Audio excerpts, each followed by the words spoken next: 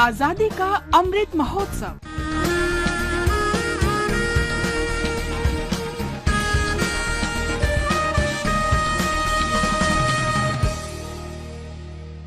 आजादी का सफर आकाशवाणी समाचार के साथ 28 जुलाई 1921 को भारतीय राष्ट्रीय कांग्रेस ने प्रिंस ऑफ वेल्स की यात्रा का बहिष्कार करने का फैसला किया था।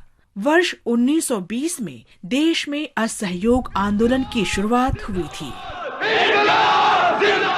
उस वर्ष छात्रों ने ब्रिटिश सरकार द्वारा या उनके समर्थन से चलाए जा रहे स्कूल छोड़ दिए। ब्रिटिश कार्यालयों में नौकरी करने वाले लोगों ने नौकरी छोड़ दी और स्वतंत्रता आंदोलन में शामिल हो गए। जनता ने असहयोग को दर्शाने के लिए ब्रिटिश सामान को जलाने के लिए बड़े पैमाने पर रैलियों में इकट्ठा होना शुरू कर दिया। ब्रिटेन के कारखानों में बने सामान की तुलना में लोगों ने स्थानीय कारीगरों के बने सामान को अधिक महत्व देना शुरू कर दिया।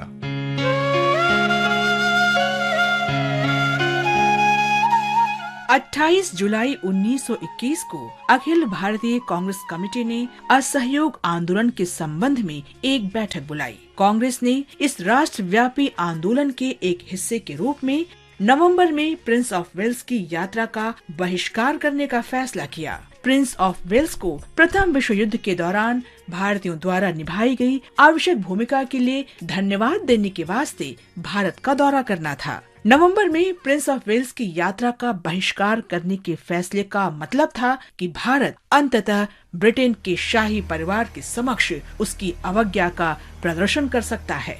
बहिष्कार की तैयारी शुरू हो गई। महात्मा गांधी ने आंदोलनकारियों के साथ जेल भरने की मांग की। नवंबर 1921 में प्रिंस ऑफ वेल्स के आगमन पर व्यापक विरोध प्रदर्शन किया गया। उनका स्वागत सुनसान सड़कों और बड़े पैमाने पर देशव्यापी हड़ताल के साथ किया गया था। देश भर में राजनीतिक बैठकें भीड़ की हिंसा से प्रभावित हुई। मुंबई में स्थिति बिगड़ गई और वहां पुलिस की दमनपूर्ण कार्रवाई में कई प्रदर्शनकारी गंभीर रूप से घायल हो गए। नवंबर 1921 में असहयोग आंदोलन का अगला चरण शुरू हुआ, जिसने सरकार को हिलाकर रख दिया।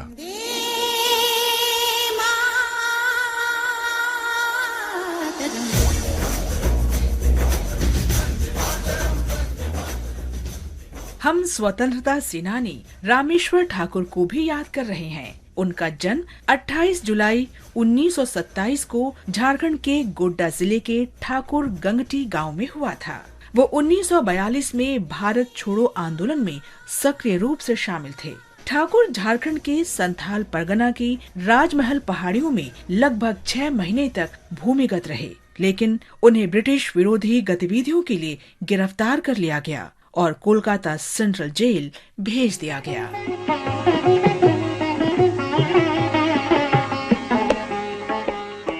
स्वतंत्रता के पश्चात रामेश्वर ठाकुर राजनीति में आए और उन्होंने झारखंड में संथाल परगना में सामाजिक सुधारों और ग्रामीण पुनर्निर्माण गतिविधियों में सक्रिय रूप से भाग लिया। रामेश्वर ठाकुर ने 1965 में हरिदेवी मेमोरियल फंड की स्थापना में मदद की।